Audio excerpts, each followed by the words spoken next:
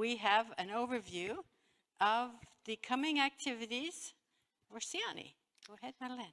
Yes, I'm not going to go into details because some of you will do that tomorrow with me. My steering committee will work with the work plan, and I know they already are working with the sense, because it's difficult to understand when you work in networks. It's difficult to understand what kind of convening power you have and who you influence and what kind of activities you plan. But I am very happy to make a short presentation of what we will focus on this year. It was really good to have the presentations from the expert groups, because what happened 2017 was actually that we did start a number of expert groups. And this week, 2 of the expert groups, the Higher Education for Sustainable Agriculture in Southeast Asia, and one more which comes on later on, which on agroforestry in Southeast Asia, are actually having meetings in Bangkok. And some of our members and also steering committee members are with them right now, and we are doing communication. So activities are taking place a little bit of everywhere when a network is operating. We started this, the Higher Education for Sustainable Agriculture in Southeast Asia. It was a group that had already had some activities, and they have a very good relation with the Asian countries and are actually providing them with policy input on then sustainable agriculture. So that's the workshops taking place. We have also one other group leader here who is leading an expert group which we call Agripreneurship Alliance. So Stephen, it's really nice to have you in the room. Stephen comes from Switzerland, and together with Swedish and African partners are going to work with this alliance in the Eastern African countries. I think Tön is also around here, and he should have a finger in this as well. Then we have also another nice group starting up this year, looking at the benefits of collaborative purchasing of local produce for female smallholder farmers in Kenya. And that group is in collaboration with Inclusive Business Sweden and other actors. And they are not here today, but they are working, also starting out working. And we have a group of people who will meet next week, I think. Anders, you are on the way for these workshops with the Triple L Continue. The Triple L is a project from SLU, but they have applied for more money to reach out to farmers' organizations, policymakers, with the kind of findings they have, so that they will have a policy impact, actually. And then we have Mekong Expert Group on Agroforestry for Food, Nutrition, Security, Sustainable Agri and Landscape Restoration. They are meeting this week, the first meeting. And they have been, this is also on demand from the Asian community, policy community, because they want to have some policy guidance on agroforestry. So together with ICRAF and other country-based experts, we will support some collecting of experience and cases in some of the Mekong countries, not many, but some of the cases where this expert group. And then you have heard from the rural change, capture through a youthful lens, and strengthening collaboration on WASH, food, nutrition, nexus. So you will say, okay, these are the groups working, what are you doing? Well, we try to monitor and we'll try to compile the results, and this is actually quite demanding, and we try also to support the expert group to package the information so it reaches the right groups of people and also policymakers if we have that entry point. We will continue our work with SIANI Youth. We try to organize activities at different university cities in Sweden, because that's where we have youth. It's easy. So we don't have many resources at the secretariat. We work where there are organized groups and we can do things together. This is a picture from last year where they worked, the SIANI Youth organized a very nice event with Impact Hub here in Stockholm and Food Movement Stockholm. And they did these kind of impact stories around food, and it's quite rewarding. We have been working with different youth activities in Sweden. It's to engage people within this field to engage around food, to engage around nutrition. It's a little bit untraditional how we do that. And we have been consulting young people from different organizations, from universities, but also from civil society and young entrepreneurs. They are also quite active in these activities, and they set the agenda, and it's on demand, and we respond, and it's quite exciting.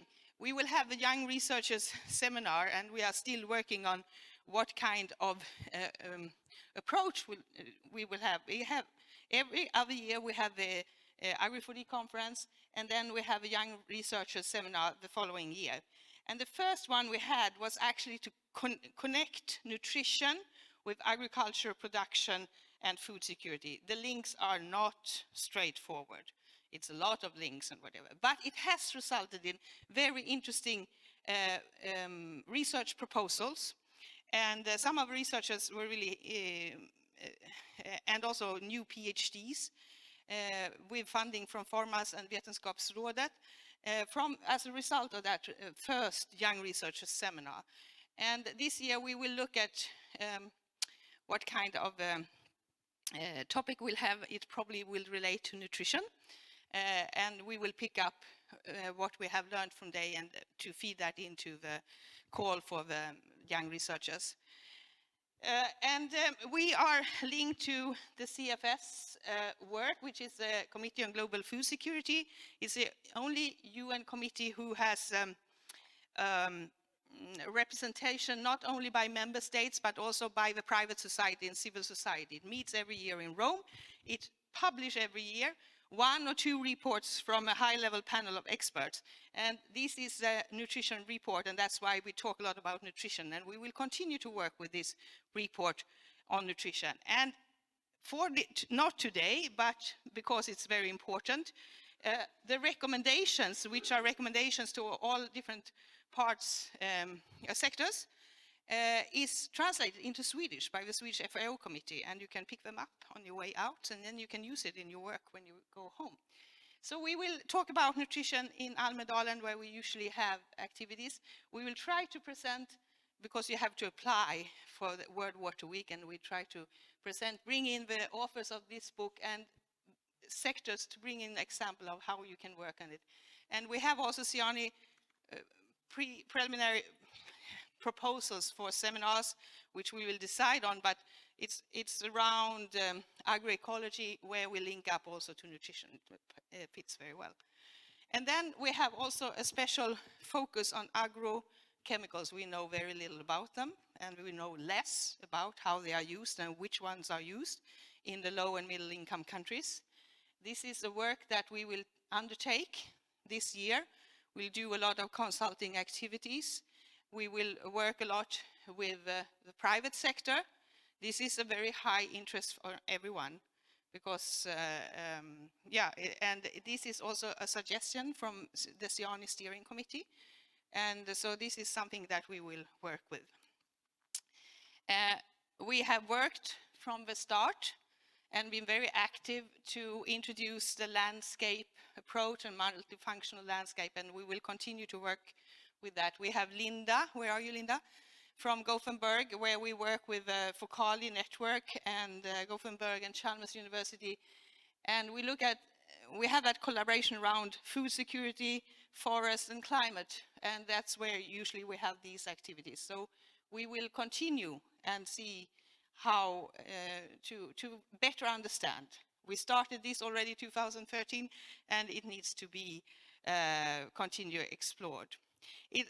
This is one part of the territorial approaches. It's very interesting because it involves so many sectors, it involves so many disciplines, and you need to solve these problems if we are going to achieve the Agenda 2030, whereas we cannot leave anyone behind, not in those kind of landscapes.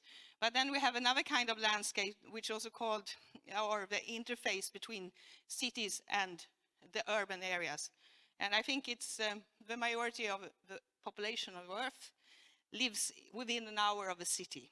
And that area there, we need to understand better. And that's why David's work is very interesting to see what are the interactions and what kind of landscape for food does actually appear there. We have new words that are interconnecting those kind of landscape, like food deserts. And that's a little bit what you touched upon, but these are kind of new things. So these territorial approaches are interesting for us. So we'll continue with that. And then also interesting and connecting to a topic that was brought up today is that we have now opened up a discussion forum. And in this discussion forum on the website, we would like to bring up issues where we collect experiences on relevant questions for all of us that are not so easy. And this is one of them. It relates to hazardous child labor in agriculture. I mean, these are family, 80% of the world's food is produced by family farmers, and the children are part of that. But they need to go to school, they have to have good nutrition, and you need to also define what kind of child labor, what is child labor, and what kind of work you do. Like, I think it was Anneli who presented from Nestle.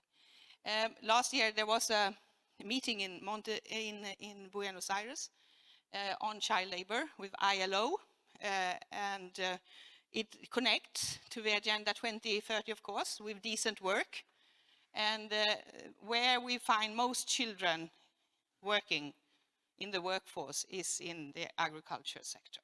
So this is a big issue as well, and that is online.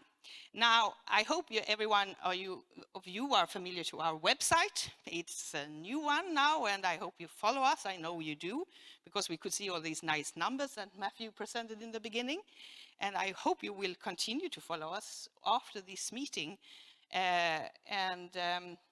We are growing, and we can only, we like to interact with you, and that's how we grow even more. So stay in touch with us from that. Yeah, that's a little bit throughout the year. Okay, thank you.